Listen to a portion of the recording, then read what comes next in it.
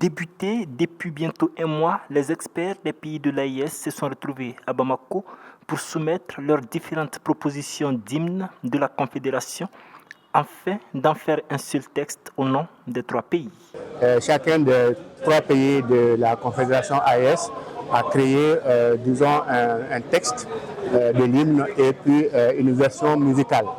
Et ce sont ces deux versions qu'on a commencé à analyser ce matin.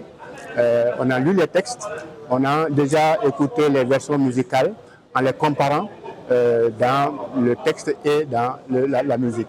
Cette phase qui succède à celle du drapeau et du logo apparaît comme la dernière pour doter la Confédération de l'ensemble de ses attributs. Entamer le dernier virage par rapport à l'AES, on a aujourd'hui un logo, on a la devise, on a un drapeau.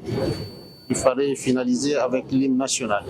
Travail qui vient d'être accompli par les experts des trois pays qui composent l'AES, un travail formidable. Si le Burkina dit se reconnaître dans le texte, il s'agit d'un grand pas, selon le ministre de la Culture du Mali, Mamoud Daffé. Donc c'est un texte évidemment dans lequel nous reconnaissons, un texte qui, au-delà des mots, est le reflet donc, de l'identité donc, de nos nations, un texte qui nous appelle encore à plus de solidarité entre pays membres donc, de l'Alliance des États du Sahel.